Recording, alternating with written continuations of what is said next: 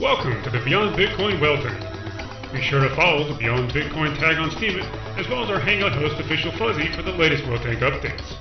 To participate in the discussion, simply find a weekly Whaletank RSVP post and RSVP with a topic or proposal in the comments. WhaleShares creates synergy between BitShares and Steem by rewarding developers and helpful community members. The Whaletank has already distributed over $70,000 in upvotes during its first month. You can also create and trade your own cryptographically secure whale tokens and get an automatic seat in the Whale Council. WhaleShares work for the chain based on votes by the community. If you're interested in becoming a founding member of the Whale Council, let us know by sending an email to beyondbitcoin@gmail.com with the subject Whale Council. Be on the lookout for our new forums coming soon. Welcome everybody to another Beyond Bitcoin Whaletank beta episode. Today is episode 224. It is Saturday, September 16th, 2017. We're joined as always by a group of people who are interested in helping out within the Steemit community and other various projects within the crypto ecosystem. We started in BitShares. Now we are also with Steem, and we are opening up for EOS in the future as things come online for that as well. So with that said, if you have a project that you are wanting to have covered, and if you want to have a little bit of money in your pocket for such coverage and such transparency, anyone is allowed to RSVP to our weekly RSVP thread for the Whaletank Hangouts. And you can post there, make sure that you post all the information that you have for your project. And if you have a coin, make sure that you post a link to that coin on the BitShares DEX for some special power-ups. And speaking about the power-ups and this process, we'll go really quickly into something that I'm trying out and testing out to see if it will work, to give people an incentive to create tokens and leverage them to benefit the ecosystem and themselves. The reason why I do this is because we have lost, to a large degree, touch with our own value propositions that we create in this world. And tokenification is kind of an exercise in refinding and rediscovering that. So with that said, every week RSVPers do RSVP on our thread, and they bring on people to upvote them. Asking people to upvote their RSVP is a way of showing that they have the trust of community members. And the upvotes of these posts establish an order of precedence. So today the order of precedence is going to be dictated by those votes. Now with that said, there are a couple little power-ups that we give people who have their own tokens and post their own token to our RSVP threads. And if you have a token and you post to the RSVP thread, it will double your chances in terms of the amount of upvotes that you get to be number one in the list. So with that said, as you listen to these Hangout projects today, make sure to keep in mind that if you have a token and you are able to link to it, you are also able to have a chance of going in front of these projects if they do not have a token. So the power-ups, as we have them, you start out with 15 minutes to talk about the topic or the project that you would like to talk about. And if you have a token, you can then use that 15-minute period to purchase more time by giving tokens to the people who are in this Hangout. There's also another aspect of this Hangout, which we give out 1,000 Beyond Bits to one lucky winner of this Hangout every week. So a project that is one of my favorite, or if there's projects that frequently come on and I haven't paid them enough, there are many reasons where I may choose you over somebody else. But I will give 1,000 Beyond Bits to the winner. And if you have a token behind the scenes, you're more than welcome to reach out to me if you think that that token, that the Beyond Bits were going to the wrong place for the week.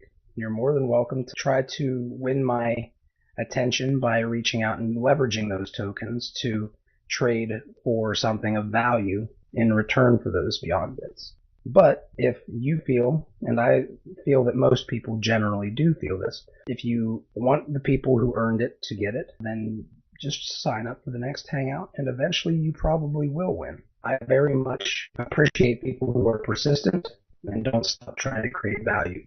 So if you continuously join up to these Hangouts and bring those propositions, the likelihood of winning is much higher with every Hangout. So with that said, we will start out with IntelliGuy today. We will then move on to the Smoke.Network.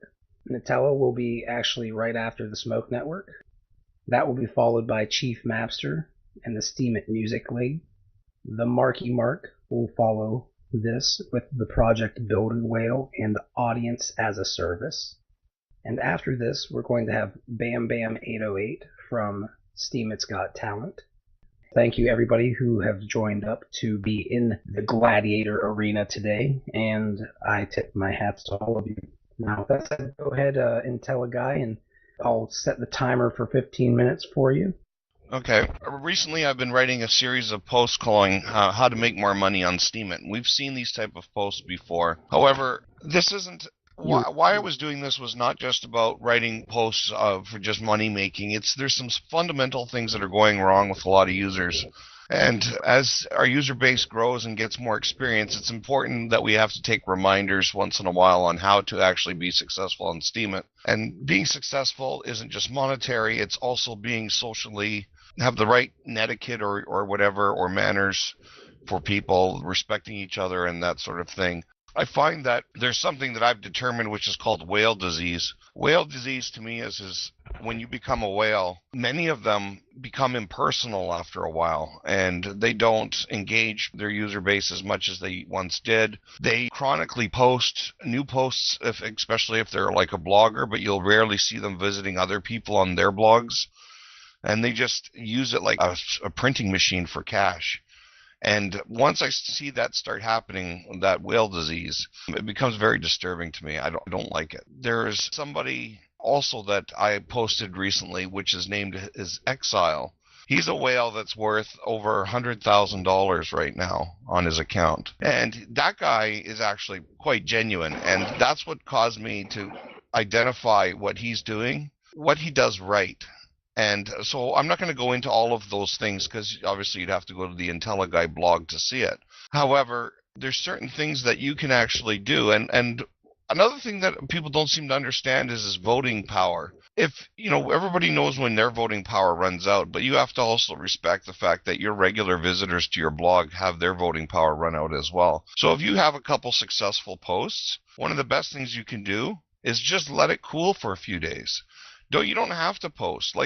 Non-stop posting is something that drives me crazy. If I make out like 2 posts, I'll just do nothing for 2 to 3 days and just let everybody else have an opportunity. So I don't understand what hogging the channel is for chronic posters and stuff like that. That's actually counterproductive. First of all, you're annoying your audience. They don't want to have to constantly read everything that you're putting out. It's nice. And if I came to this Hangout, for instance, much like you're listening to me right now, people might enjoy hearing from IntelliGuy once in a while, but I certainly wouldn't want to be here weekly just pounding stuff into your head. Eventually, you get too much of anybody, it's too much. So, I was trying to address some of these things in the blog, as well as Steem price. Steem price is huge. A lot of people don't really pay attention to Steem price.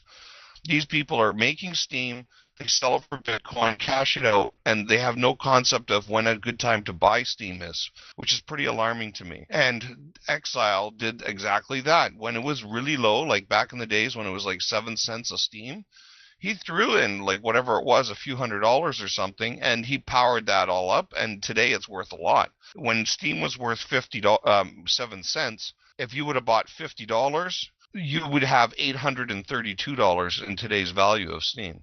So there's all kinds of ways that you could actually support the network, not just by writing good content, but by buying and selling Steem at the appropriate time so that we don't devalue the cost of Steem, leaving room for other users to write where you take a gap and a break and then they do the same. There's a way to play nice on the system. A lot of things people don't seem to understand, though, is that Dan Larimer, before he left, and the rest of the developers for Steem right now are trying to design a computer system that prevents human greed from becoming excessive. It's like a near impossible task, but that's what they're doing. They're putting in, okay, well, they have these voting rules and this much power and bandwidth, this and that, and they're trying to add all these extra features to stop human greed. The best way of stopping human greed is if the humans just relax on it a little bit and, be socially a little bit more acceptable to each other and the way they treat and interact each other. Because we'll never see a system that can actually prevent exploits 100%. And so I'm trying to appeal to people's sense of decency with some of my posts. And if I make sense, go ahead and use the information. So I'm open for any questions or any comments anybody has. I have questions and comments, but before I start, I'll let the community say anything they might have to say. What do you think the number one problem you see among whales is right now, and can it be fixed? Well, there's the number one problem. There's multiple problems, so I don't think there's a number one problem as much as I've seen certain whales who are whales and you wouldn't even know who they are because all they do is upvote their own comments, giving themselves $15 a payout every single time they do it. That's an obvious sick problem. I've seen other whales, like I mentioned, where, I went into detail about that. Fixing whales is not going to be easily done. However, whales are only whales if the community supports those whales, right? And so instead of just chasing whales blindly for no reason, I think people need to really take a look at, instead of just hitching their wagon to that train or whatever you will, that they become more responsible with who they're supporting. Man, I'll be honest with you. I think that's one of the reasons why what you said right there, as far as a whale isn't a whale if the community doesn't support them. I think that should be one thing, a mechanism that can be brought in, where you're a whale, but you're a whale in your community. And you have to own that community to be able to decide what other people can come into that community and use their Steem power. And, that way you can't go in and downvote people too, right? Who are in another community, because that's a big issue.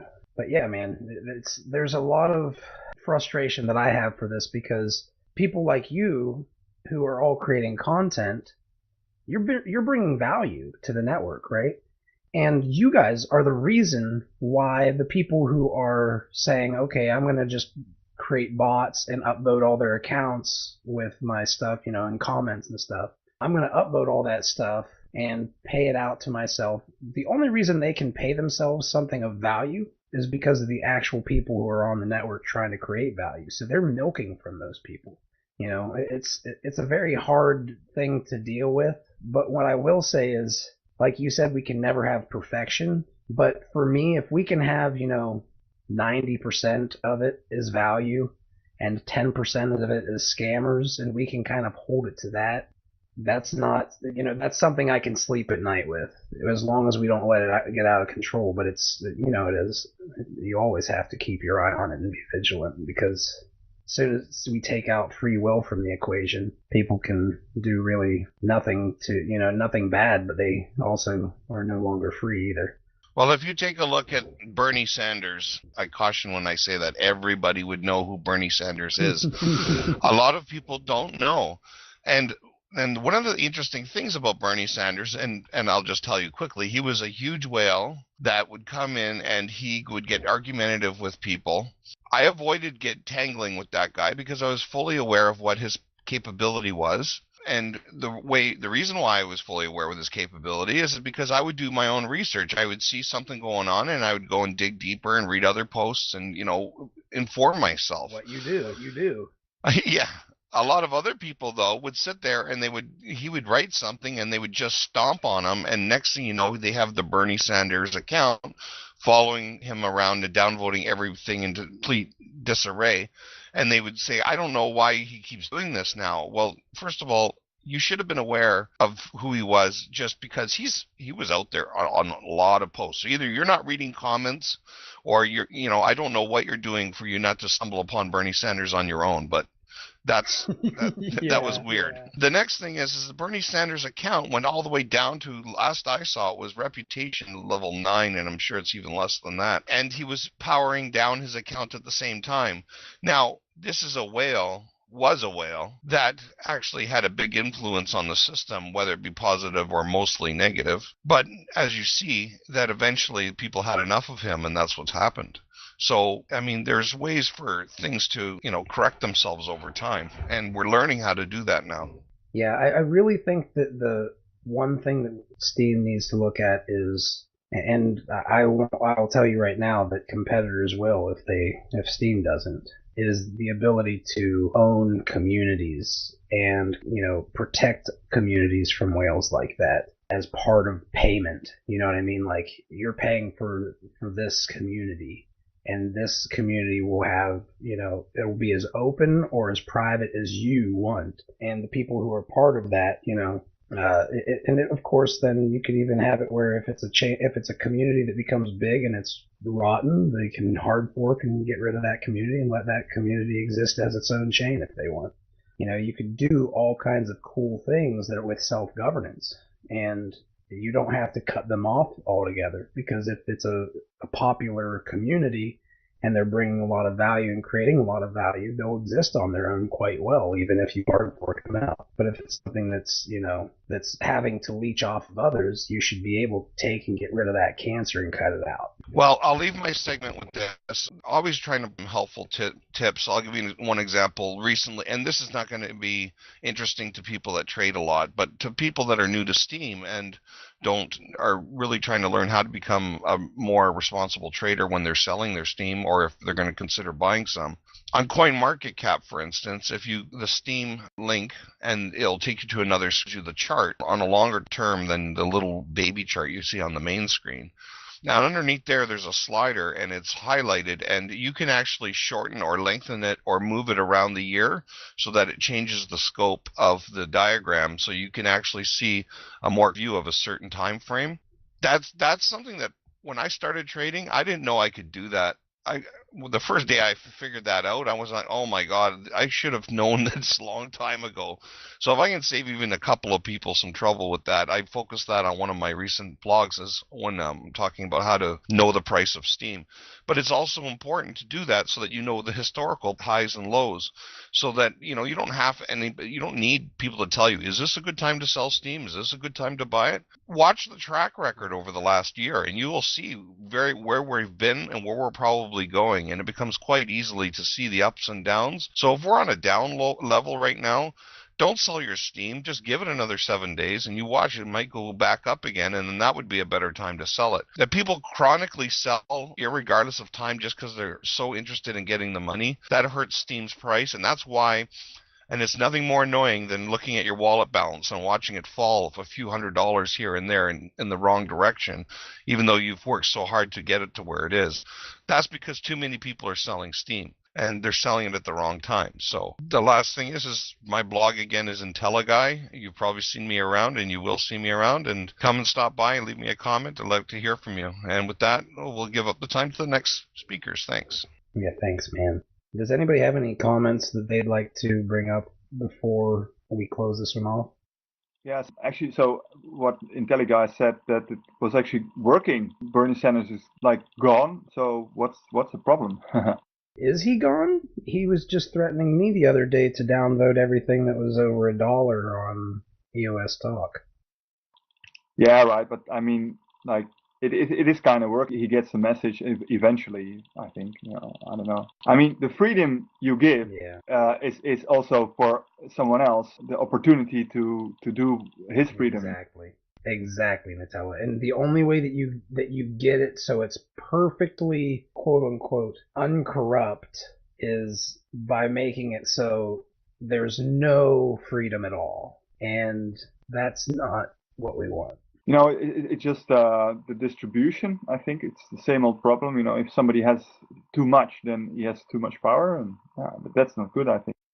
Well, I'll say this. Thank you, IntelliGuy, for bringing everything up, and I will say I agree 100%. One of the things that you want to look at, and I'm not a day trader or a pro trader or anything, but what traders look for is patterns, and patterns over a month might be different from patterns over a year, but both of them are very valuable to provide context to the market that you're looking at. So anyway, thank you very much, IntelliGuy. It's always good to hear people who are thinking about stuff in the ecosystem and trying to bring value to it. It's not always easy, right? But we try our best.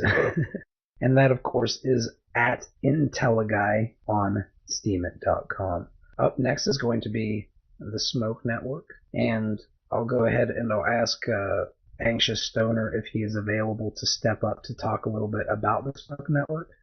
good to be back.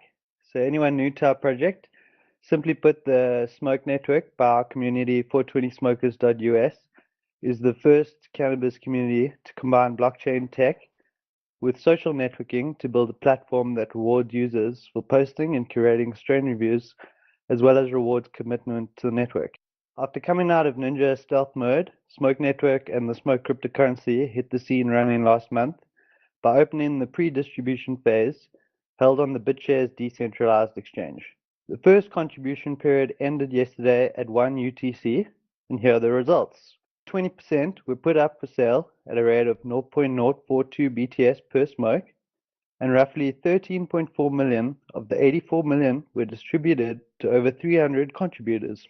After the distribution phase ended, 70.6 million smoke have been burnt on the BitShares blockchain to the additional 42 million already burnt by the founders, only to be made available to us once the application is completed on the EOS mainnet. This guarantees investors that we cannot sell or use any smoke tokens reserved pre-release to the live application. We hit our minimum funding with 500,000 BTS contributed on the BitShares DEX and 24.5 ETH through token lot. And as we already have a profitable income from 420smokers.us, we will not be selling any BitShares at the current BitShares price. Once we have the ETH from token lot, we'll be converting it into EOS to add to our reserves, and will not be selling any of that either. The smoke for token lot customers currently sit in the token lot smoke distro account, and token lot customers will receive an email stating how to claim their smoke on the BitShares blockchain early next week. This leaves 13.3 million, or just over 13.3 million smoke in circulation until the next contribution phase, which will only happen once we have a working beta on the EOS testnet and are comfortable in our product offering.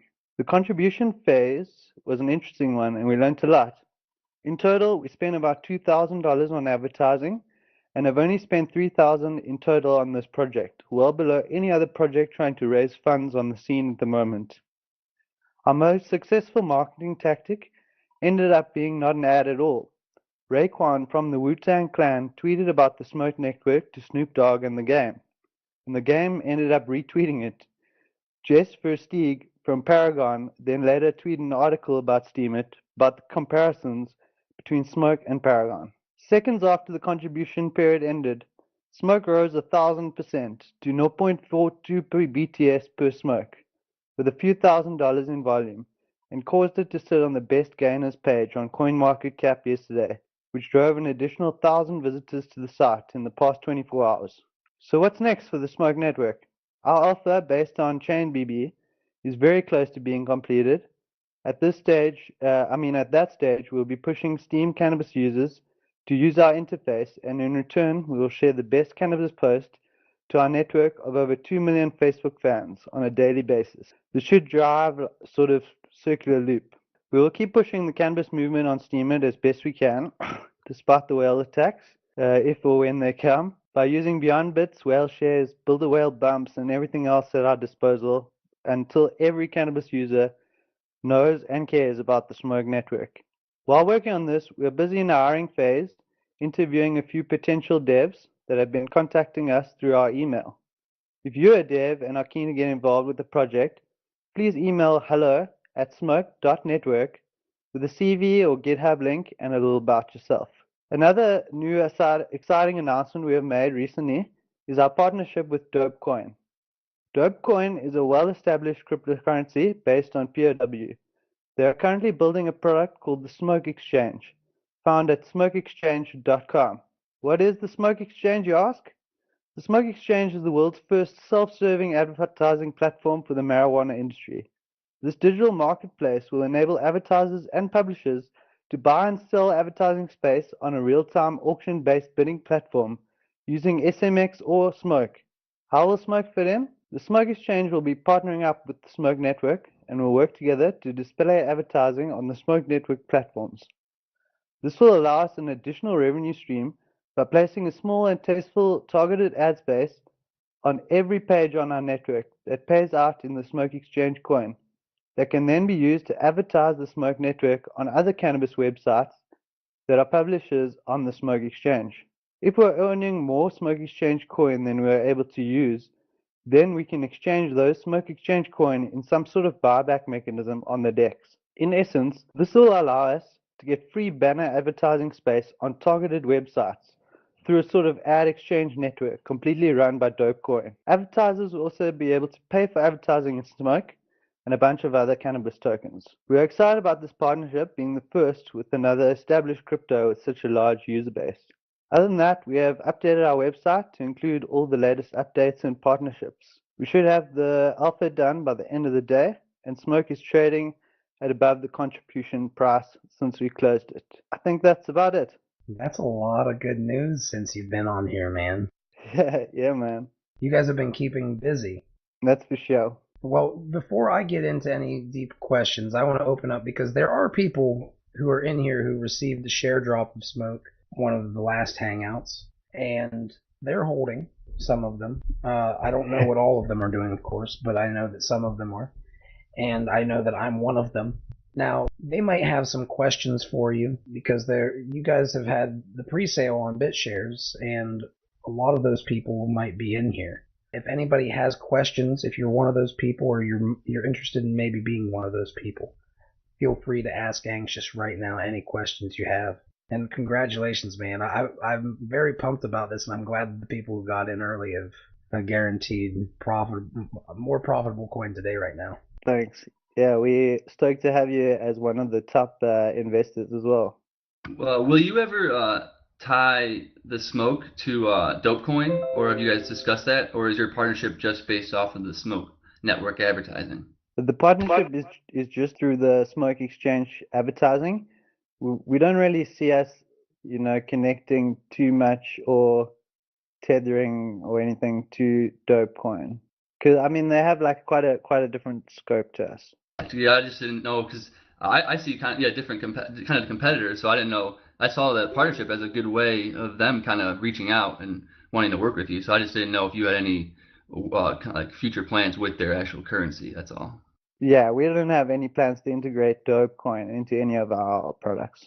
So, real quick, does anybody have any more questions? I have plenty.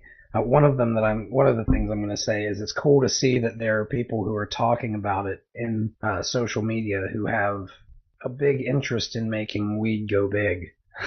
We're at a time where I think a generation is very frustrated with some of the random rules that have been implemented, and you have different people like this who are standing out and talking about these networks, and it's a pretty cool thing. It kind of lets us know that cryptocurrency is going mainstream, and that the use cases beyond Bitcoin are starting to really be recognized by a little bit more, maybe the people who have a little bit more money and they're looking to spend it on something that's going to be an investment during a time when things are kind of chaotic for finances, right? But at the same time, we're starting to get noticed. And those use cases are starting to be recognized as valuable. And it's taken about 10 years since the launch of Bitcoin. Isn't this ironic that all this stuff is starting to happen around the 10-year mark? Anyway, does anybody have any comments or questions that they would like to bring up? Question from G Chicken here. What is the ICO price, or what was the ICO price? It was 0.042 BTS per Smoke. I haven't looked at it the past couple days. Is it all paid or bought now? Yeah, the contribution period is closed. So we closed the contribution period yesterday at 1 UTC, and then we burnt any remaining tokens that weren't contributed.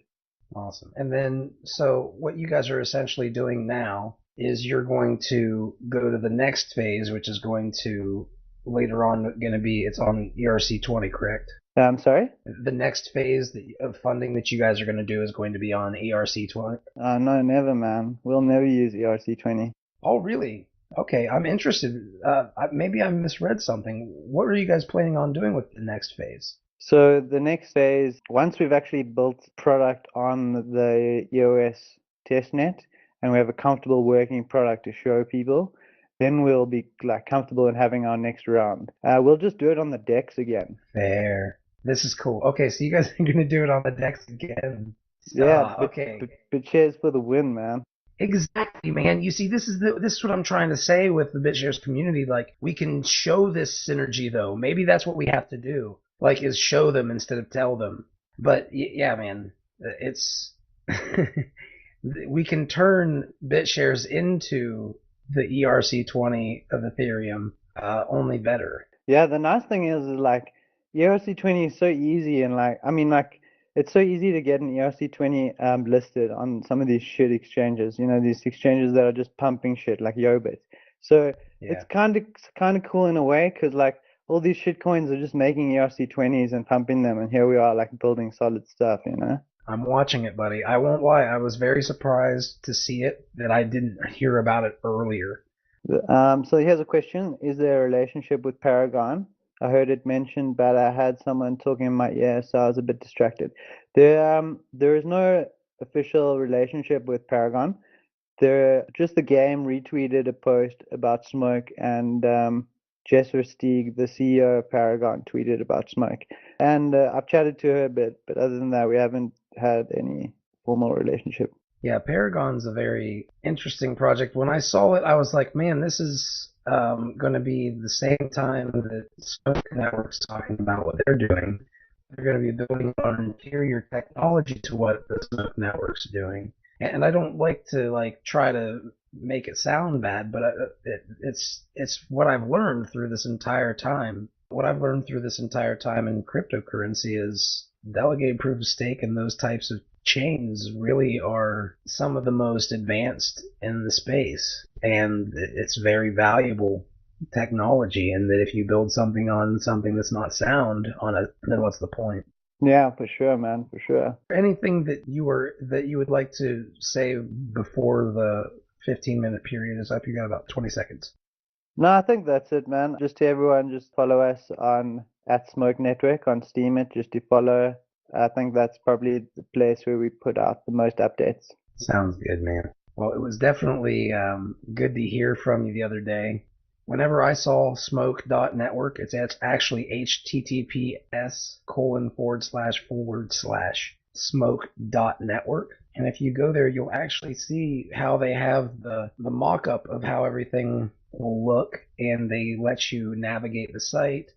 They have a roadmap, and you can see that they've generally been ahead of schedule on the roadmap. So I'm very pumped, man. I'm very pumped to be able to work with you guys and support you even in some small way. And I personally will say I urge everybody to consider helping this project, because I think this project right here will serve as a foundation for many other projects. And I think that you and I have talked about this, Anxious Stoner. And I'll just give you the winky smiley face emoticon, and we'll end this segment. Oh, wait, did you want to pay for any time as far as share dropping? You don't have to, of course. I mean, we can share drop a few coins, but I don't really need the extra time. Okay, well, I love the updates, and I will say this. I would need to know if you have any Beyond Bits, because I would love if you would upvote the content that you guys are posting with this stuff. Yeah, we're all out of Beyond Bits now, man. Used them all up. Oh, you used them all? Yeah, they came in handy.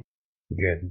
All right, well, thank you for joining up. It's very important that we all consider how we can bring value to the projects that are doing something in the space that will bring value to us in return. Remember that the network effect that is around these tokens really has a huge influence on the value of these tokens. So if you have an extremely valuable technology, but it is manned by no humans, what is the value to the network? If there's no network that it supports and helps, then is there value there? So if we support the projects and bring that network and bring the unique value propositions that you and I each offer, it doesn't always have to be money. It can be resteaming. It can be telling people about something that we're doing, and saying, hey, have you seen the Hangouts? Have you seen what these people are doing? I heard them in the Hangouts, and I follow their blog all the time. It could be all kinds of different things. Just make sure that you try to take a little bit of time to support something that you believe in, whether it's here or elsewhere. This is how we affect change. And if we're not affecting change, we're basically enslaving ourselves to something else. So with that said, thank you guys very much. Thank you, man. Sweet. All right, and Nutella is going to be up next, and he's going to be talking here about dissent. And is Mataj here too? Yeah, I don't know where he is. I didn't get any message. So, Mathieu, if you're here, then let everybody know that you can talk. Yeah, Mathieu. For fixing this American's dialect. So, Apple Crisps, thanks. So no, I don't think he's here. When he would come, then I can share drop some tokens later. But it's his own responsibility. He's the CEO, so I think he's quite busy. I looked him up. He's a pretty nice guy. He's the guy who actually does all the talks. He's a kind of friendly guy, but I never spoke with him before. I spoke with another guy, and he was new, and he was quite nervous, and so he called me up once. That guy Milan, and but I haven't heard from him since. So now they're doing it through PR, and I don't know. I think direct is best, but I can imagine that he has got a lot of stuff to handle. I don't know. I have no idea how how it's doing. I didn't get an account or anything because I'm just waiting for them to connect with us. Maybe that's not a good idea, but the reason is actually that D video and now D sound, we have alternatives, right? Yeah. So Sure. Yeah, did you check out D sound, Fuzzy? Yes, I have seen it. I am very interested in using it, but I'm trying to build a team who will, and kind of a process behind the scenes for this stuff too. Oh, really? That sounds interesting because... Yeah, you could be you're kind of one of those people I pay a little bit to for your help already. yeah, because if we can do it internally, that's all the better, right? The only problem is that you got just 7 days to monetize your content, and that's a little bit too low for music, I think. Yeah, I think that you're right. I think that having it stored on there is still valuable, but I think that you're very right. And as a matter of fact, if people are interested in building a chain for something like that, we can reach out to them and talk to them about it. They could even share drop on Steem Power. Yeah, because we could benefit from their stuff if they finally build the cheetah, I call it, and the Steam cleaners. So that nobody can run away with your content, right? If they build that, then we could use that, but they don't have any reward pool, right? So you could link your music on these sounds. You could upload it and have a link to buy it, a better version or something on Decent, for example. So but then the upvotes, they don't propagate. Well, D sound and D video, they found a way how to get the rewards. So I don't know, maybe I've not looked at the smart contracts. If there are any, does anyone know how the smart contracts work? If you can set some up on Steemit? You mean on Steam? Yeah, maybe on Steam, but it would require, I think, a hard fork to have other smart contracts added in. Yes. So how does D-Sound do it then? I talked to the PRC, but I haven't checked my replies much. So I don't know. It'll be very interesting to hear. Yeah, indeed. So I find it difficult to get in touch with people. So if they're not on Discord or something, or we don't tell each other let's talk there, then there's no way I can just comment and. And I was actually thinking with the whale tank, with I thought it was Friday and, that. So I thought maybe we could have a mailing list or something or, I don't know. Oh, dude, yeah, I have no doubt eventually we're going to get very big. I'm not making a huge push for it myself, but I do want to see people organically referring people to our sites and stuff like that. And eventually, yeah, we will have stuff like that. I'm just waiting on a few things to be done, and, things take time, but... Somebody posted that we can send encrypted messages, encrypted memos, so... we could post our email addresses encrypted, and because you have a private and a public key, so you can encrypt it with that theoretically. I mean, I wrote about the Hansa market, how it was heisted, and so I know how it works. You have like PGP. It's the same idea. I think you just like encode your message or encrypt it, and they can decrypt it with their private key, right? So you use their public key and stuff like that. Yeah, what I would like to see is, and maybe this is another angle, would be to talk to BitShares community about and trying to help with an initiative to get their trustless side chains built in. Yeah, because from what I understand, delegated proof of stake makes it a lot easier to have side chains because of how much faster they are.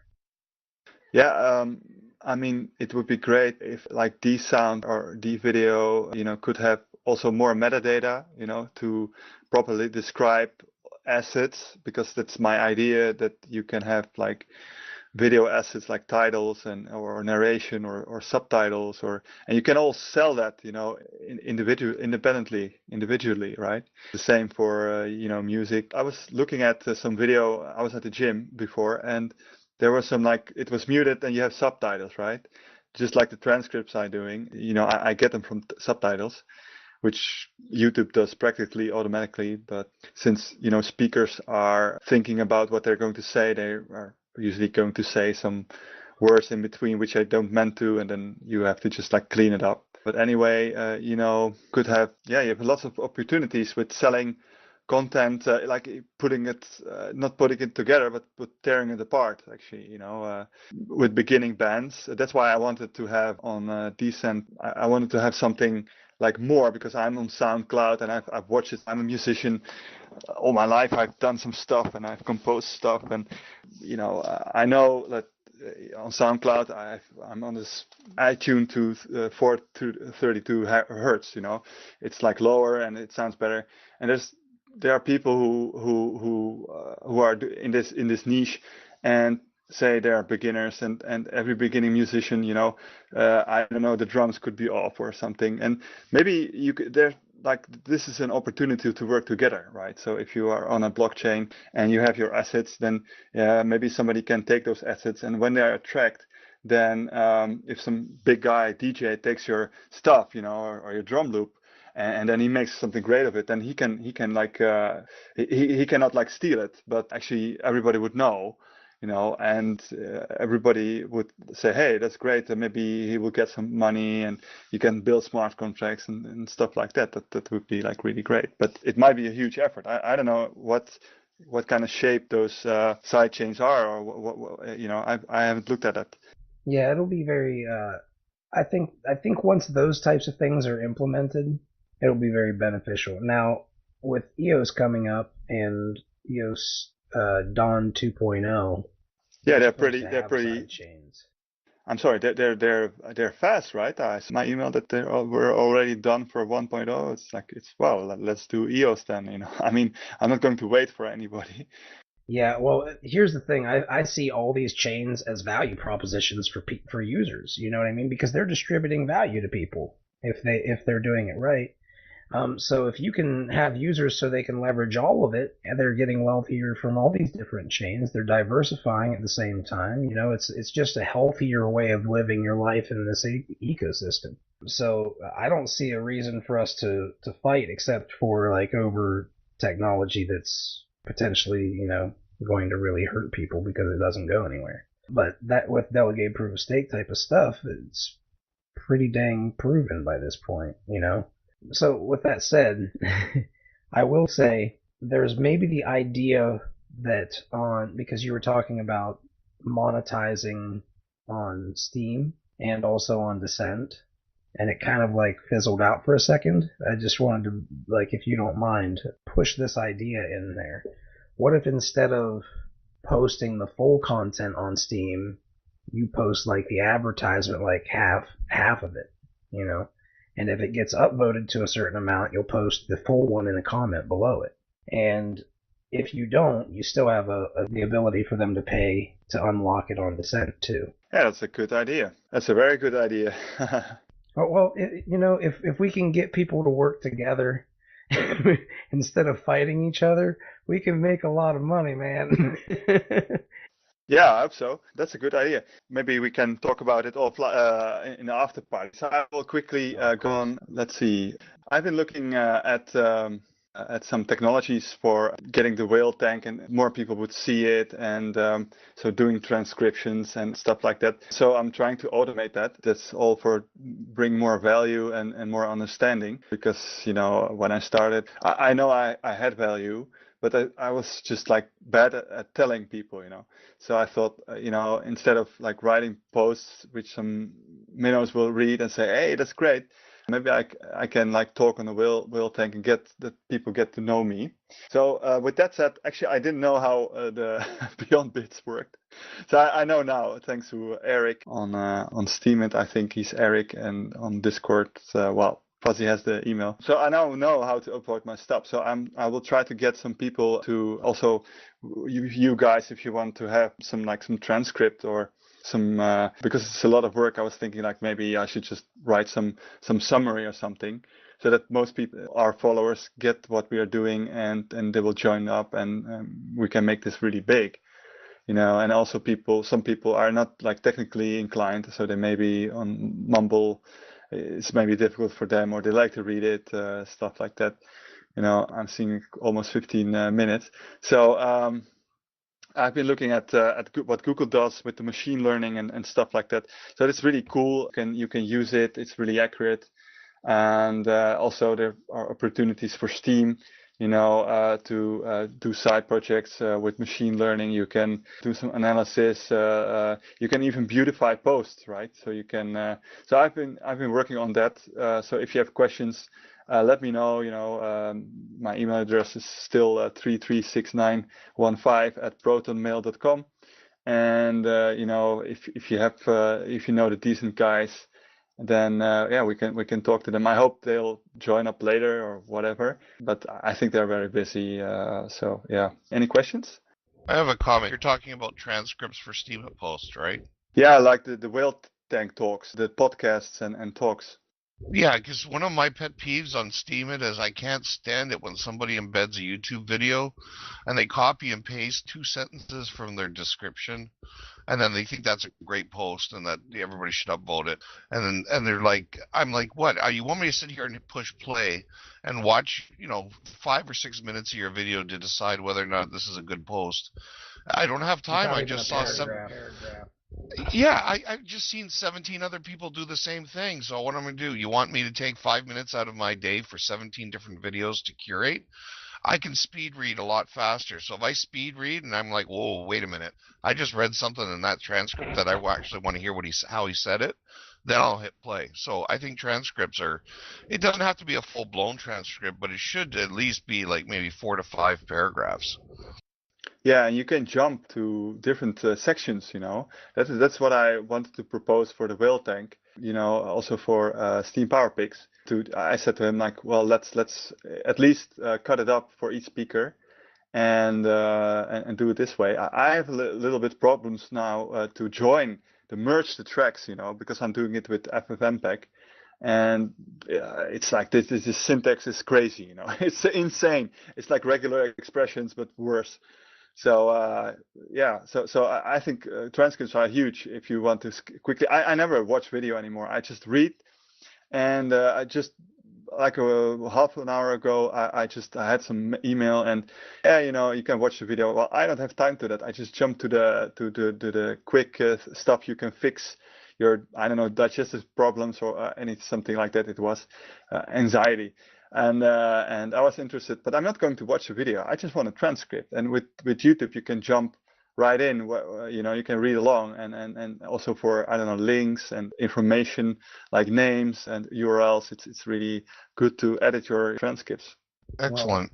Well, unfortunately, we're at that 15-minute mark. I will also say, I'm just going to give you a second if you have anything else to say, because you have helped me significantly. And to be honest with you, man, the transcripts are probably one of the more important things for these Hangouts. Yeah, I think too. The only thing I would like to, because I don't get them in time, because I'm working on the technical side of it to automate it. And so if you want your transcripts, then I'm recording everything in multi-channel, so I can send you track, upload it somewhere. I sent you the link, and you can upload it to your YouTube. I can show you how to do it, or I can make the video myself. That's no problem. But the big work is transcribing those monologues. It's not about, YouTube gets 95% right, but you just want to make it comprehensible. Or maybe you can even look at the transcript yourself and just make a summary. And I think people will have a chance to upvote and to read about what you said. And there's another angle at your stuff, because when you write something, you tell it differently than you say it, right? So now you know that, so you have my contact. So I hope some people will email me, hey, can you do this for me? I'll be glad to do so. Well, I think that Smoke.Network would be one that would benefit substantially from this too, because they have a token that's going to become an entire network. I will definitely be interested to see what other people do this. And I will urge you really quickly before we go to go on to Dissent with this content and come up with, post it and say that you're trying to bring Steemit to Dissent and helping create synergy between them if you aren't already doing that. Yeah, I could monetize that too, man. And I don't have the time to do it all on my own, so why not monetize it and do it yourself? Okay, that's a great idea. I will take the Whaletank, or those which I can transcribe, and the rest I just, like Africa does, and I will put them on Steemit, but also on Dissent, or maybe put a link. I don't know. Yeah, good idea. Thanks. Thank you, man. And of course, I'll just use this really quick to let everybody know you are listening to the BeyondBitcoin Whaletank Hangouts, where a bunch of interested souls who gather every week get to talk about the oddities of what this crypto adventure brings us and how we can unlock the value that we have and show unique value propositions in the world using this gamification and tokenization economy. There's a lot of cool things that are going on in this time. We live in interesting times, and these tokens give us kind of superpowers in a way. So it's a lot of power, which also means a lot of responsibility. And I appreciate everybody who joins up in here to discuss these things and to try to learn and improve yourselves in this sphere, because if you're interested in cryptocurrency, you are probably, even after 10 years, in a crowd that you don't know many people who you can talk about it with. And this is a great place to do it. People who've been here, I myself have been here since the very beginnings of Bitcoin and found BitShares, right? And there's a lot of people in here who I know who are old buddies of mine who have been here for quite some time as well. So it's a great place to learn. It's a great place to teach. And we give you a little bit of a reward for helping people understand about your project too. So you really cannot lose. And you can't lose by helping the people who join these projects. You never know where the value is going to come back and return to you when you give. So with that said, enough preaching. I just want to say I really appreciate everything that everybody does do, because it means a lot. And then we're going to go ahead and move on to Chief Mapster, who's going to be talking about the Steemit Music League. Chief, are you there? Roger that. Hey, buddy. Okay, you know pretty much what to do here, so I'll step back and let you give the presentation and listen to what's going on. All right, thank you, buddy. I appreciate everybody's time. The Steemit Music League is something I'm very passionate about. I love helping people with their dreams and helping people, especially in the music industry. So the goal of the Steemit Music League is to create an avenue for real positive change for Steemians with dreams in the music industry. This SML will provide long-term recognition, feedback, and rewards for Steemians with the ultimate goal of creating synergy among its members so they can help each other achieve their dreams. So basically, music producers can help rappers or vocalists make good tracks. Designers can help make a cover art for albums. We're basically trying to build a community where everybody can help each other with their dreams. Right now, it includes 4 challenges and contests. The one that's been going on the longest is the Beat Battle League. I host, it's in the 6th week right now. We're about to announce the winners today, so the 7th week will start tomorrow. Basically, what we do is either I provide a sample material or a universal theme, and they make a beat off of it. Like this week's theme is appreciation and gratitude. So we have 9 entries to judge. And they're all based off that theme. So it kind of really helps the community because they get feedback from the community, they can make money off their posts, and also get exposure and network with people as well.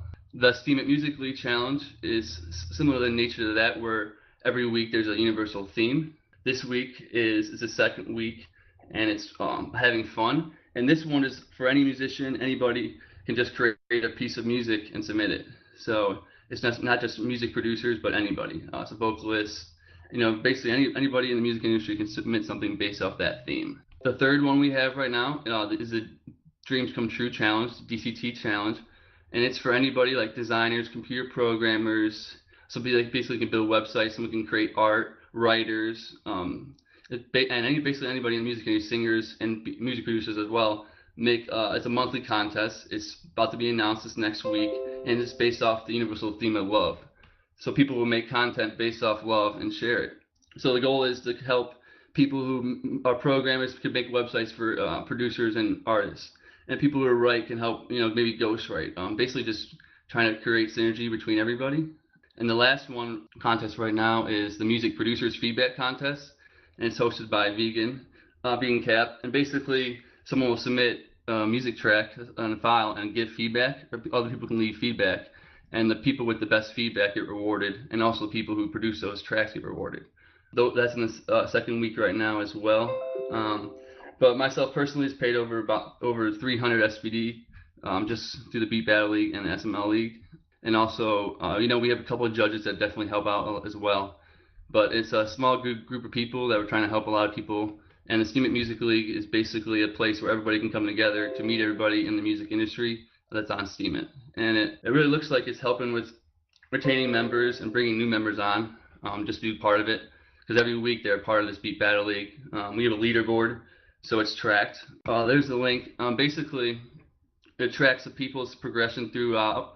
So it keeps it from week to week. And there's going to be an award at the end of the year season. Someone's going to win a trip to Vegas. So it's a nice little trip. And then we'll also be working cryptocurrency points when it comes out, where the top 3 people can choose to redeem their points that they earned for actual cryptocurrency points. And if they do that, their score will be reset to 0 and they can work their way back up. Or they have the option of just keeping the points and holding it and trying to win that trip to Vegas. So that's all we're doing right now. So we definitely really need the Beyond Bits because it keeps the prize pool going to even have one. We can use them on the entries to vote up the entries so they get more feedback, more recognition, more views. To boost the announcement posts so we get more people involved. And then also build a leaderboard just like we have for the Beat Battle League. We have a developer internet guy who just will do it, and then that way the Steemit Music League will have a big leaderboard that all the contests will feed into as well. That's why we use for the 1,000. And obviously, if we have any questions, but it seems like every week we're getting between 5 and 8, 9 entries, and they're all solid entries. There's really a lot of good quality music on here. So if anybody has any questions, I'm here to help. Well, before I get started, does anybody have any questions or comments? I will ask you guys because don't fear to speak up if you don't know a whole lot. Just feel like you can ask some questions if you want to. Even if you're not really familiar, I can help walk you through some of the stuff that he's talking about too. I'll talk about it in the after party, but I got questions for that after. Well, Nutella was asking about points, and I can describe a little bit about points, but obviously that's probably best to just let Chief Mapster do so. How they use, but points is what we have a crew about 4 people, 1 in Mexico, 1 in India, and 2 in America that are working on it. But we've been on the WhaleTank a couple times. But basically the value prop is for points they'll be able to redeem it for goods and services under $10. So we're building actually Rite of Passion is building a front end where people can just order goods and services that are under $10. And then we actually just place the orders on their behalf to these other sites. So we're just building the website right now. So we'll have more about that probably in less than a month, and I'll come back and talk about that for sure. Cool. One thing I'm going to really quickly ask is the Battle League standings here. I'm looking at it, and you have the Beat Battle League that you posted. And I'm wondering, number one, do you have something where you can go in and look at all of the prior week's winners? Oh, that would be something that would be really helpful, though. Yeah, I mean, it's just feedback. Because what this is, internet guy, basically, I pay him 10 SBD per month to host this, and so that it's basically just a, obviously, just you can see, just a basic thing. I met him in the Steem Poker League. He does their website as well, but it's really professional, and so I mean, it's just so people can go on there and check it real quick, and then see the results for this past week. But yeah, that's a great idea. So I think with the Steemit Music League one, we can do more things like that. And the nice thing about what he does over the Steem Poker League is he does a lot of little side contests that track based off the data that he gets. So by having a lot of different contests built into one database, we'll have a lot of different side contests that we can do and to be displayed on the website to keep people involved. Yeah, I think it's really cool. One thing that I will ask you, if you would be interested in doing a theme for Beyond Bitcoin to get music that we could use for potentially background audio for our Hangouts. Heck yeah, that's a great idea. I will give you some tokens to run that. Because we're announcing, we're for the beat. Would you want the beat battle league, so like just beats in the background, or would you want vocals as well? It couldn't be vocals just because if somebody's talking, it could be vocals if it's not words. You know what I mean? Gotcha. Yeah, we could definitely do that because why not? Why wait? We announced the theme for week 7 on tomorrow. So I mean, I was actually wondering what I was going to do. So Verbal D was wondering something different. So that sounds like a great idea. We can definitely do it. Why not? It sounds perfect. Yeah, and of course we can leave it open source for anybody else who wants to use it for their Hangouts. And the more content you have, because some people might want different audio in their files. So I mean, having a nice selection of 8 to 10 to choose from would be great, I think. Yeah, and if we can make it so people know that like they're getting recognition for it, and it's it's their work, but they're also helping somebody who's a podcast creator. Because let's face it, doing all those types of things together, yeah, you can do it if you work 80 hours a week. But otherwise, having those resources, it's very nice.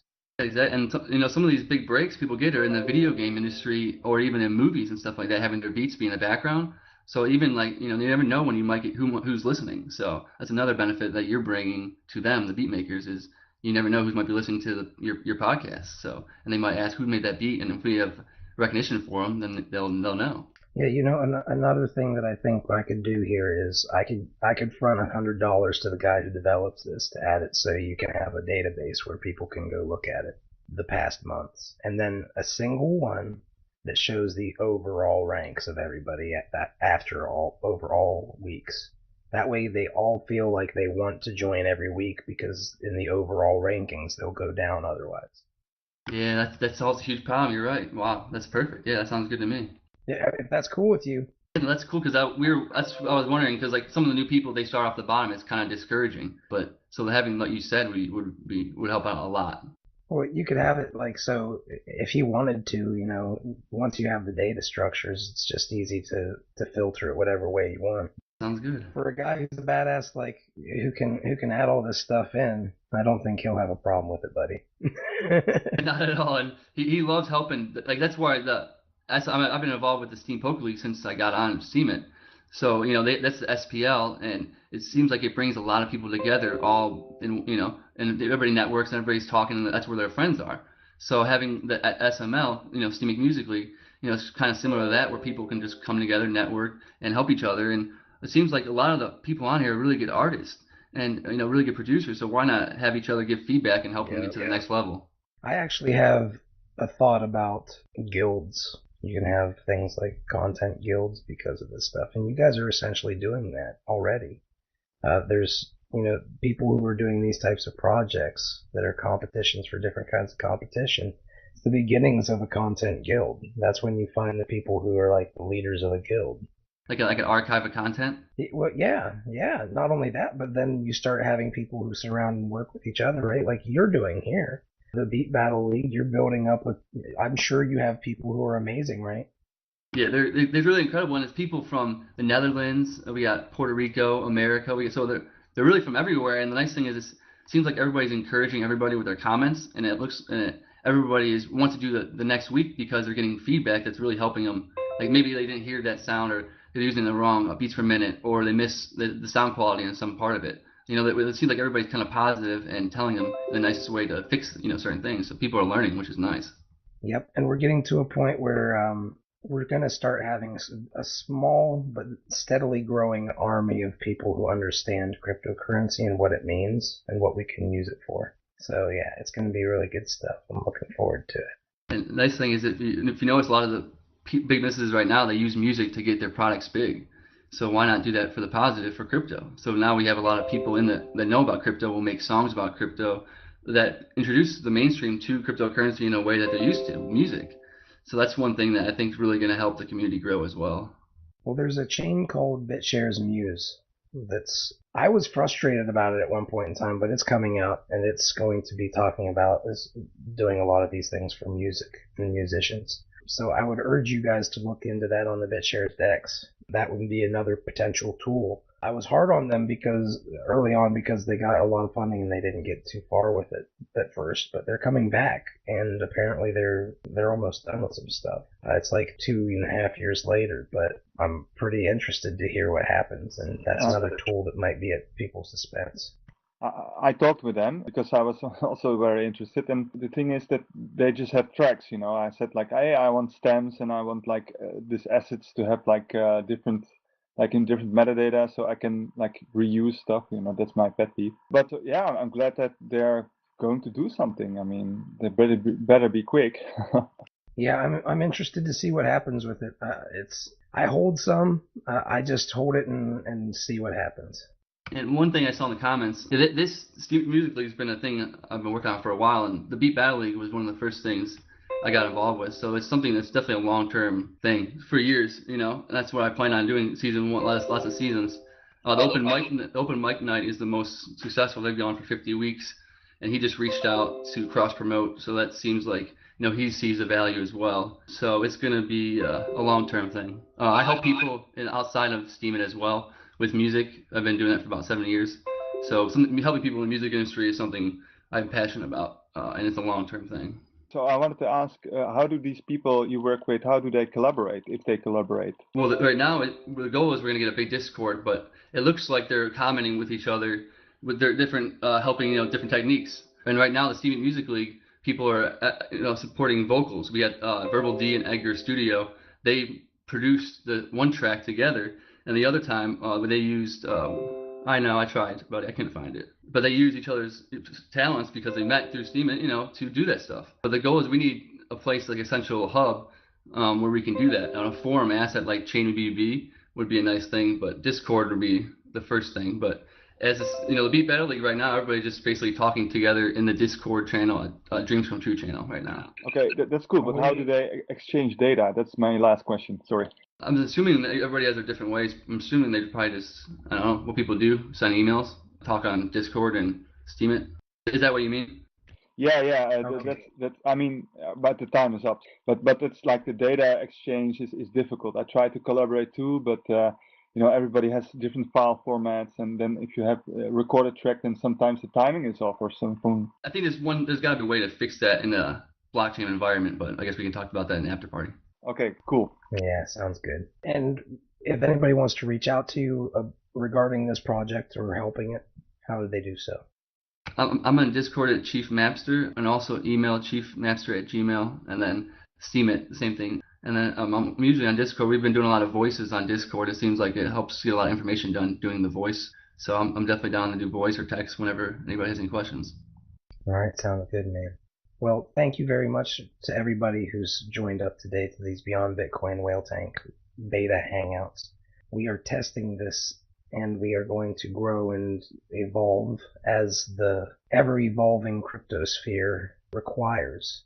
So consider ourselves in a little yellow submarine underneath the sea, flying around, seeing where the next crypto bubble is going to be, so we can get some oxygen and build some more submarines. Or maybe replicate is a better word. Anyway, all jokes aside, there is going to be another person coming up here. His name is the Marky Mark on Steemit.com, and he is working on the BuildAWhale project. And he's been doing this for quite some time, and I assume that you have some updates for us this week. But before you get into those updates, if you would be kind enough to let all the newbies know a little bit about your service, just a quick intro. Hey, how's it going? BuildAWhale is a bidding bot similar to Booster. You submit a bid, typically 10 cents to 50 cents. Within about 2.4 hours or so, you'll get a vote back based on how many bids come in that time frame. Similar to the other ones. On the back end, what we do is we look through those bids that come in, all the posts, find the best articles each day, and write a post about it with 5 articles talking about which ones are the best and why we thought they were the best using our curation part of the system. And we have a curation diary just that goes out every day. We're trying to build a trail on that. We've got a couple new people that are hitting it up, and we're going to start cranking that up a little bit. So those are going to be starting to go up a lot more. So recently, for new news, we recently increased the steam power of the bot by 21%. We got a little bit more steam power, and we're looking at getting some more very shortly. We should have another 20% or so within a week or two. So that's that. I didn't want to go into too much because nothing really changed outside of that. We were working on some things, but I have another thing I'm working on is audience as a service that I want to talk about and see if you guys thought it was something interesting. So what I have envisioned is a Chrome plugin. You install it. It's basically a Steem communities plugin. And what happens is you go in there and you look and you can see these feeds that are available. For example, the Whaletank might be a feed. WhaleShares could be a feed. Meme Challenge could be a feed. And you select these feeds that you're interested in, and you get notified when there's new content or they have a message to put out. Kind of like a broadcast type of thing. And then on the other end, the people that own the feeds can subscribe and get their feed listed into the service.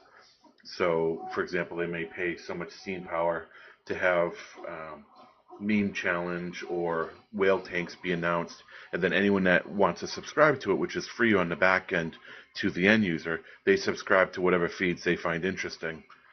Each time you click on a feed, it'll tell you a little description of what the feed's about and who runs it and whatnot, and how frequently maybe they post to that feed. And then you subscribe to it and you'll get push notifications on your desktop, and you'll have like a little inbox that the extension, like if you click on the extension up on the right, you click on it, and it'll show kind of like an inbox, kind of like Gmail, where you can see all the past notifications and the past messages. So that's something I was thinking about putting together and offering it, because I've had been approached recently for more plugins for Chrome, and some of them are a very similar style, and the upfront costs are prohibitive to some of the smaller communities. So this would be something where they can do it with no upfront cost, and they just pay a monthly retainer type of thing. And right now, a lot of the notification on Steam doesn't work, and that's a big part of it as well, is a lot of that's broken, and you don't really know what's going on half the time because you don't get any messages when there's something new. You have to keep checking it. So I was going to leave it at that, see what you guys think. I'm open to questions on either BuildAWhale or that, but that's all I had. Was somebody else saying something? I thought I heard a third voice come in here. No, I have a 3D printer going in the background.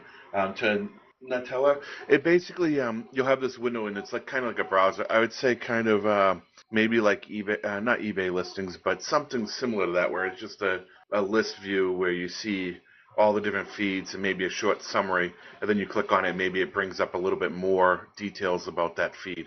Like one of them might be the Whaletank, and then you click on it and it says the Whaletank is run on each week on Saturdays, and we talk about these things. You can RSVP here, and then do you want to subscribe? And you subscribe to it, and then you'll get push notifications whenever they announce something new, whether the RSVP. Then when the Whaletank starts, maybe they can push out a notification saying we're starting in 5 minutes. Just some way of connecting to the community, and it's an enter-in, so the end user, like me or anybody, can just download the plugin and choose what they want to listen to. If they don't like it, they unsubscribe and stop listening to it. Yeah, man, I think that this is, I'm not going to lie, this is something that I envision on all forums, ChainBB forums. Like, we have the ES Talk, which is a ChainBB forum, right?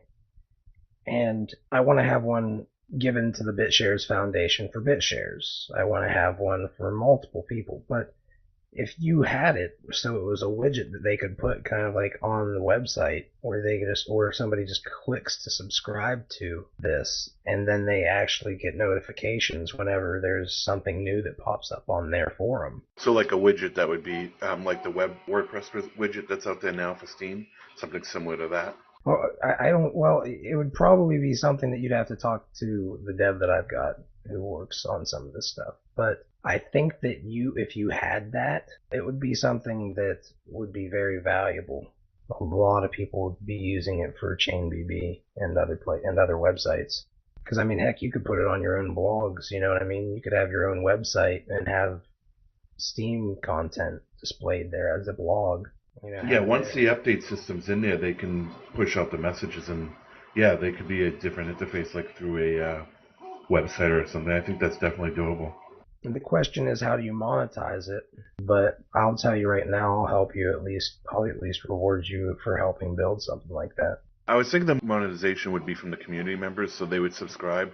One of the complications, the things I'm trying to figure out is how do I limit the audience? Because what I was thinking is the pricing needs to scale. So somebody like a small community can't pay a large amount for offering a feed, but somebody like King's Crown that has 11,000 viewers or something could pay more than somebody that has 1,100 or 1,000 viewers that are just not updated as often. So I'm trying to find a way that I can get it so maybe when you subscribe, you can say, okay, if you're going to try to reach an audience of 100, here's the price. If you want to reach an audience of 1,000, here's the price. If you want to reach 5,000, here's another price. And make the pricing scaling so they have different pricing available. Oh, yeah, so like whenever a bunch of people... So then you're not paying a whole lot up front, but if there's a bunch of people who start demanding it, now you're like, okay, well, I have a reason to upgrade it.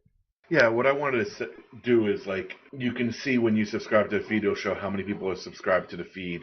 Maybe limit how many people can subscribe to the feed is probably the best way of doing it. So they can say, okay, for 10 Steem a month or 5 Steem a month or 20 or whatever the price is, you can reach 100 people. So 100 people can subscribe to the feed. Once you get to that 101, it doesn't allow any more to subscribe, and then they have to upgrade their plan to be able to subscribe more people. And that's what I had envisioned, to allow smaller communities to get in part of it, and then also allow larger communities to pay their share as well. So wouldn't put it people off if they have to pay for it to see content? It's only on the publisher side. So, for example, the Whaletank would pay to put their feed in the system and reach 1,000 people. Now, the end user just downloads the plugin, selects the feeds they're interested, or basically the services they want to subscribe to, and that's completely free. It doesn't cost them anything. So most people, 99% of people, aren't paying anything. It's just the people that want to push out content and use the service as a broadcast. Yeah, that's a very good idea, because sometimes I was writing an article for like 3 days or something, and it really took a long time, and I felt like, hey, if I could set a price on this article, yeah, cool. Another thing I was thinking of is there would be two ways of doing this. One is there's a portal they can log into, and they can go into that portal and say, okay, I want to push out a message. It's kind of like sending a text message or sending a IM message. You just fill it in, press send, and then it publishes to everybody that's listening. The second way is you can subscribe as a bot. So, for example, say for Whaletanks, for example, they could put a special tag on their post, and then if they're a customer, it'll look at the user ID and look for the tag. If it sees it show up on the blockchain, it will pick it up automatically and automatically publish it. And that would be like an auto-publish rather than having to go into the portal and actually send out a message. But it would support both ways. So I'm looking at doing that as well. Do you do videos of this stuff? Do I do video? Well, initially what I'm thinking is the product would be a Chrome extension. So you can have a push notification that's like a desktop notification, similar to what I did with the BuildAWhale thing. But then you would also have an inbox that's kind of like a Gmail thing where you can look at the larger message. Maybe there's a summary that gets pushed to desktop, and then the full message, which may have more content into it, maybe embeds or whatever, and is more like a real email type of thing. That would show up in the box. I meant like doing a video to show it, because these ideas they sound really cool, but mostly it's like how does this work, and it's like difficult. Well, I don't have a video because it's actually in my brain right now, but I can probably sketch something up. But it's basically something I had an idea. Basically, you just download a plugin as an average Steam user, select the communities you like, and you get notified when new stuff happens. And as a publisher, as a community owner, you just pay a monthly fee, and then you just let people know what's going on. And if they're interested, they'll subscribe and they get it. It's as simple as it gets. Because what I really miss is I get all these emails all the time, and then when I'm fed up, I would like quickly want to say, hey, send me like just some summary or once in a month, because I got too much. And then this is a real big market, I think. Yeah, I think that might be one option is having sub feeds. Like you can subscribe to the Whaletank or WhaleShares. Let's bring it up one notch. Let's say you subscribe to WhaleShares, and then maybe under there's subtopics like BitShares, Hangout, Whaletank, and maybe they can have subcategories that they subscribe to. So you might not want to hear everything about one particular topic. Like for example, I go to the BitShares thing, but I'm not as interested into it, so I don't really listen to the whole thing.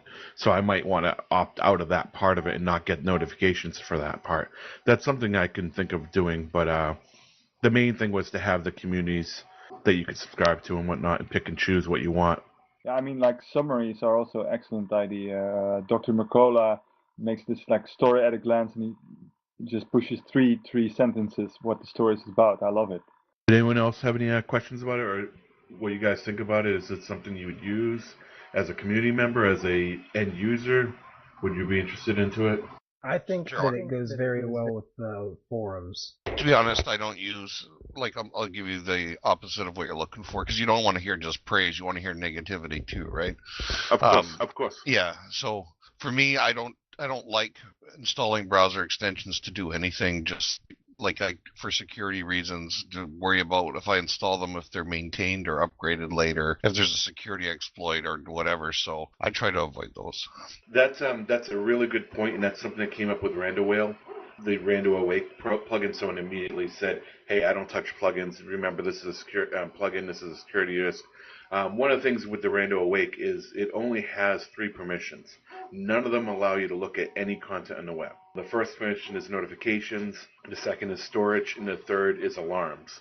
None of it allows me to look at Steam, allows me to look at Facebook, and to be honest, none of those would be needed because it wouldn't be going to Steam. What it would be going to is a private site that would be the back end that would basically provide the feeds and the API and the interface to doing this. So you couldn't worry about a Steam active key being stolen because it won't have those permissions. And when you install a plugin, it tells you what permissions, kind of like Android, if anyone uses Android or iOS, it tells you, okay, this is going to use your phone, this is going to use your contacts.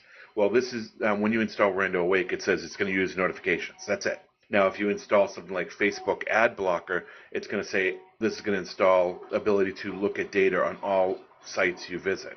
And that's a very higher level of security. And unfortunately, most plugins say that and will request that. And that's why later on when these plugins get bought out by somebody that's willing to pay a huge amount of money for the audience they have, they can basically change it out and put it in with malware or something nefarious. But when the restrictions that we need for this are so tight, that's never going to be an issue because all it has is notifications. Yeah, you kind of just said everything that I was concerned about. If they get nefarious and malware comes later and all that kind of stuff. Yeah, no, that's just me though. I just make this golden rule, and you're right. It doesn't matter because it's not touching my regular browsing habits. But you did mention it's going to yank content a private server, and so right away that's just something that I don't like. It'd be a private server because it has to get the messages from somewhere. It's not going to get it from thin air, so it's going to have to context something. But it's not going to have any. It's sandbox. The extensions, just like iOS, are sandbox, so it can't get anything else. It can't get your browser history. It can't get anything you do in the web. All it can take is whatever you put in it and whatever comes out of it. So it's going to be a read-only system for end users. So they're not going to have any data in it that can be compromised. Yeah, I think that if you do post that when you release it, I think you'll get a lot more people willing to try it. And so that's good that you explained it the way you have, because there's too much trust in plugin development developers these days, and it's not until you say it the way you've just said it that it makes a lot of sense. So I encourage you. I think a lot of people will like it. Go ahead. I just posted a link of how I explained it and showed for the Rando Awake one. I'll say this. I don't know how much work this would take for you, but if you want to talk to me behind the scenes about this, we can talk about how much it's going to require, and we can at least make it so there's other options, right? There's many other options. So we can talk about monetization strategies and doing things like that. And I actually think that there's one that's very powerful that I'm starting to think about a lot more in some ways, is having something that you build, and then we can even use BeyondBits to build the stuff and then charge money to open source it after it's already built. That way people know that they're buying into something that's frigging built, which is turning the entire industry on its head, right? Because that's why ICOs are quote unquote being banned in China and all that stuff. So I think that the builders are at a severe advantage, but the problem that builders have is they generally don't really monetize their stuff, you know, and they build stuff and then it's there. You know, and if people don't pay them for it, they're like, oh, well, I built it, I'll go build something else. But I'm a big fan of monetization, because that's the only way to make it sustainable. Because if you don't, you can't grow it or do anything with it. I agree. And I think that that's one of the things this is one of the places where, you know, things like services that accept tokens, you could even open source something like a service like this for a certain amount of funding. And now if you get like $100,000 of funding, or something for, you know, a big cool service that you've built to open source it, now you power up that and you use it to support whatever you're building all the time. You know, there's a lot of stuff that you can do, I think. But anyway, really quickly, how do people reach out to you if they want to talk to you about this, or if they have any specific questions? On Discord is usually a good place to get me. I'll post a link to my Discord there, and you can just find me. I'm Malcolm Reynolds or the Marky Mark, depending on what server I'm on. But I also posted a copy of my user ID somewhere up there, but it's Malcolm Reynolds and the numbers that you'll find up there to contact me directly. That sounds good, man. I'm also on Steemit chat too. Same name, the Marky Mark. Sounds good, man. Okay, well, I will urge you all to sticking around for the after party after this hangout has concluded. It's not quite there yet. We have some more discussion going on, but I will say, for those of you who are here and for those of you who are listening to these hangouts, please consider the ways that you can help decks that you hear about that you think might be valuable, and think how they can be leveraged to help you as well. Because whenever you have an incentive to help a project because it helps you, it creates synergy. So we can do all kinds of cool things if we work together. I just want to keep beating that into people's heads, especially if they're new. I want that to be in your head from the very start. That's why I say it so often. It's something kind of a mantra that we have to kind of adhere to.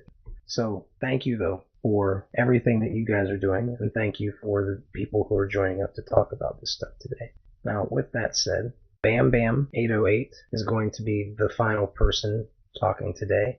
I'm actually discussing a new project that I've kind of started working on within the last little over a week. I still do the Steemit's Got Talent, and it's taking off real well. I just didn't want to come back again and discuss the same movement that I had just discussed. So today I'm actually discussing I guess I can start with a little prerequisite, but I see a lot of gamers and, you know, the gaming community on Steemit's growing quite a bit.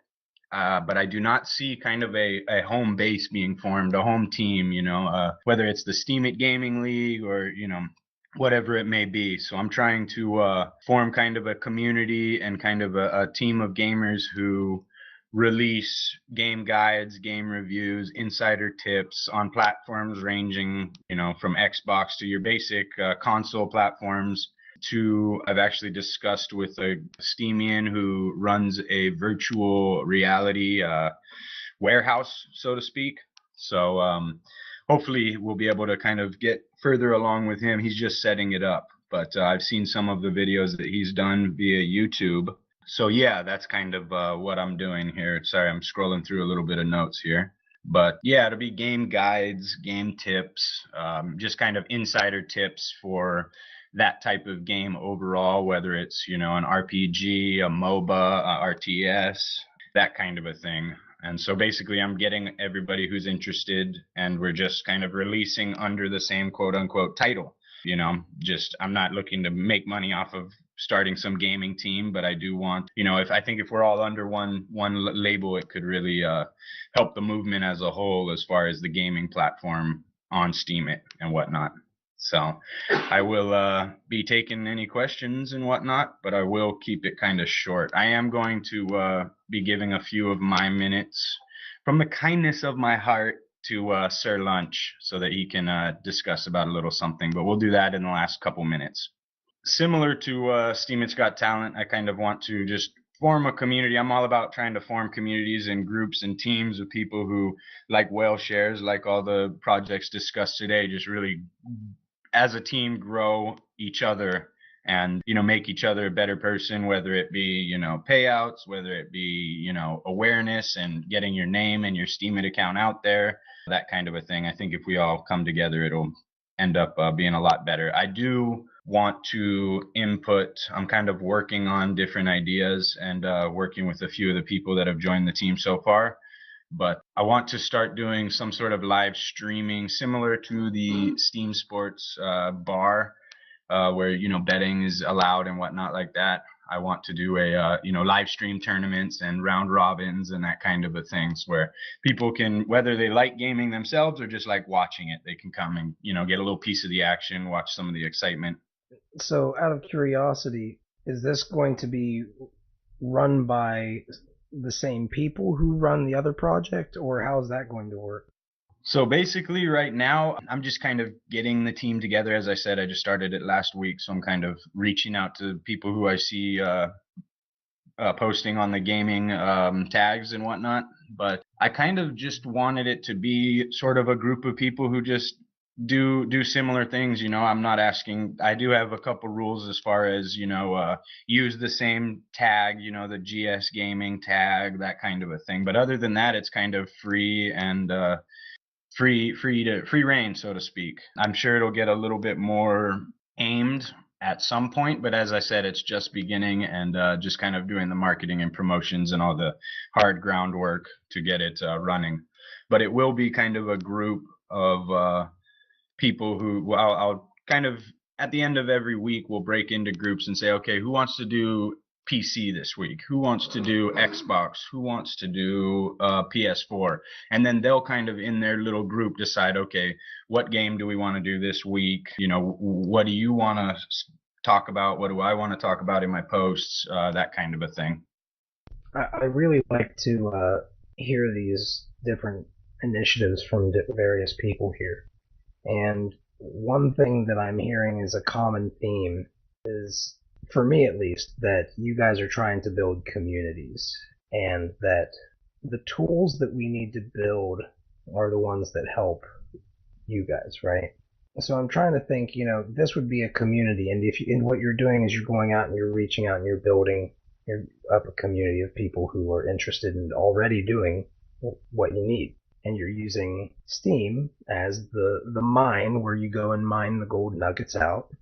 And of course, those gold nuggets are different for every use case because people, fulfill different use cases based on their experience and unique value props, right? And those things are needed for different ones are needed for different projects. Gaming, of course, is a big, but also kind of a niche market at the same time. So it could be a big community in and of itself. Something like Steem's Got Talent or Chief Mapster's initiative, these things all could have their own forums, is how I see it. Are you interested in that too?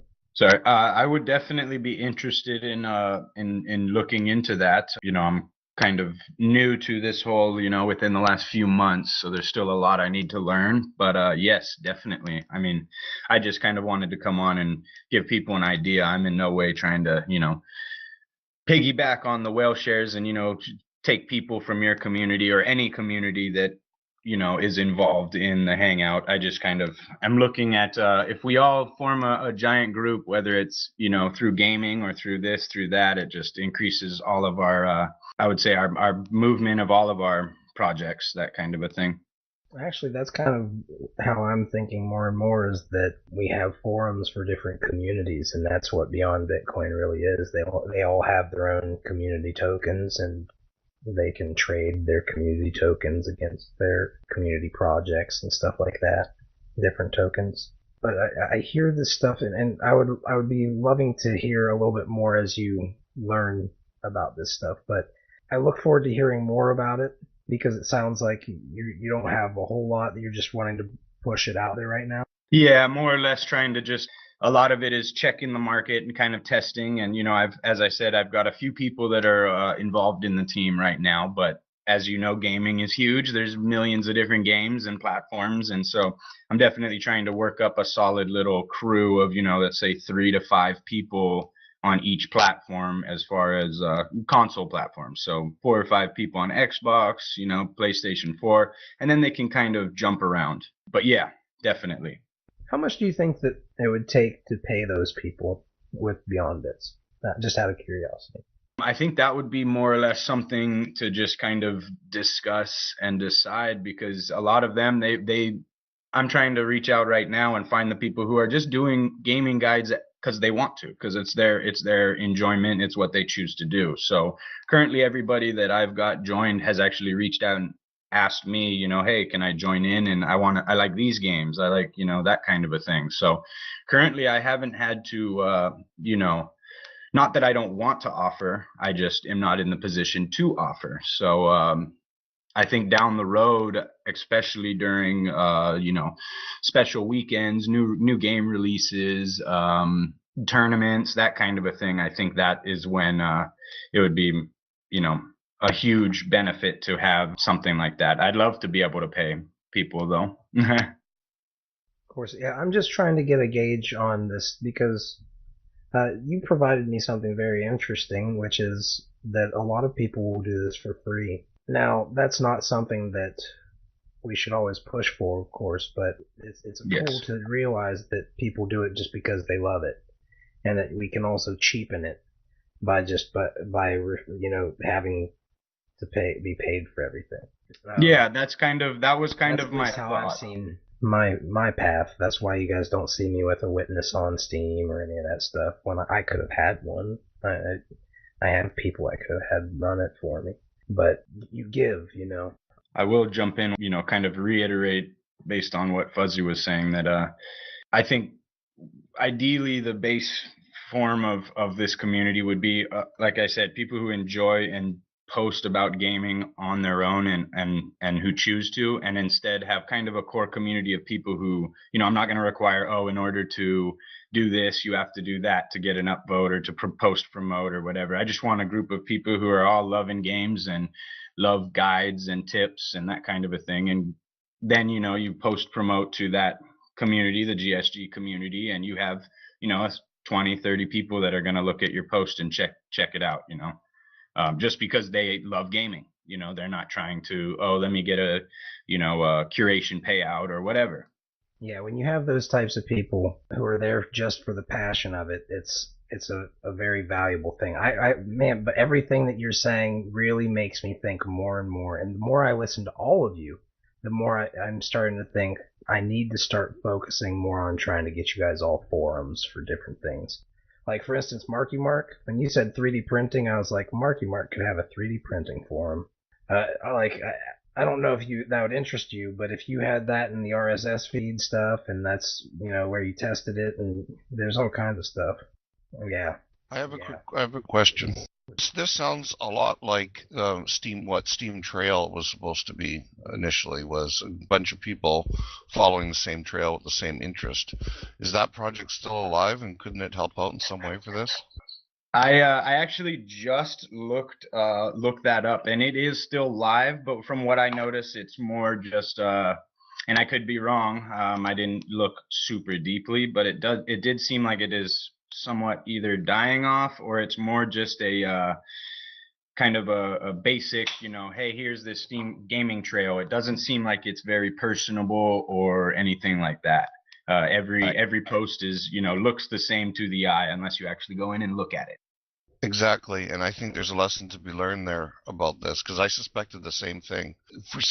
There has to be a way for you to keep it alive, like find out what they did wrong, and don't do that. Exactly. I mean, as far as keeping it fresh and clean, I do have kind of a base logo, but I'm gonna more or less allow people, to enter their own gaming names and that kind of a thing. So it is somewhat a personable thumbnail. But it also is still tied into the larger scheme as far as GS gaming.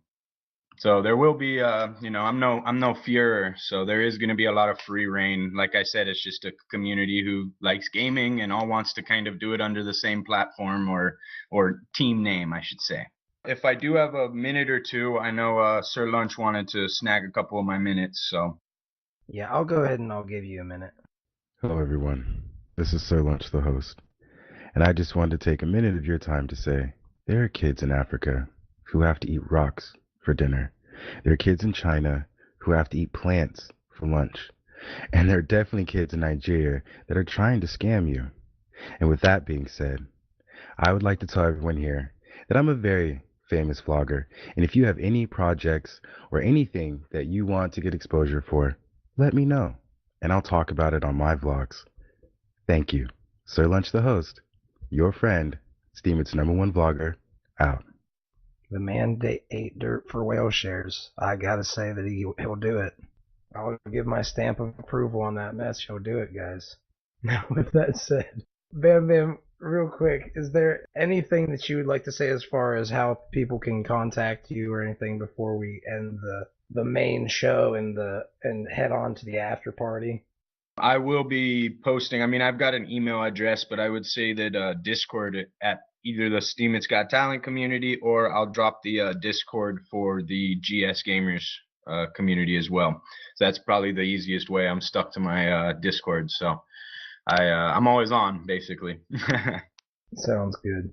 Well, thank you everybody for joining up today, and we will talk to you guys next week. Make sure to please go out and support the projects that you heard today that are awesome to you. Check out @Africa on Steemit. He likes to post the raw content, and feel free to reblog that or re-steam that rather. And ask people to participate. Bring people who have these cool competitions and initiatives and projects on, because this is how we're going to form a team that's going to jet us into places that we haven't quite yet been and probably won't be able to plan for. This is something that's really emergent, and a lot of cool things come from just being open like this. We just have to grab them and leverage them when they come to us. So if you think I'm overlooking something of value, please let me know. Say, Fuzzy, you're overlooking this. And with that said, see you guys next week. You've been listening to the BeyondBitcoin Whaletank. As a reminder, be sure to follow the BeyondBitcoin tag on Steemit, as well as our Hangout host, Official Fuzzy, for the latest Whaletank updates. From all of us here at the BeyondBitcoin Whaletank, we want to thank you for being a part of the discussion.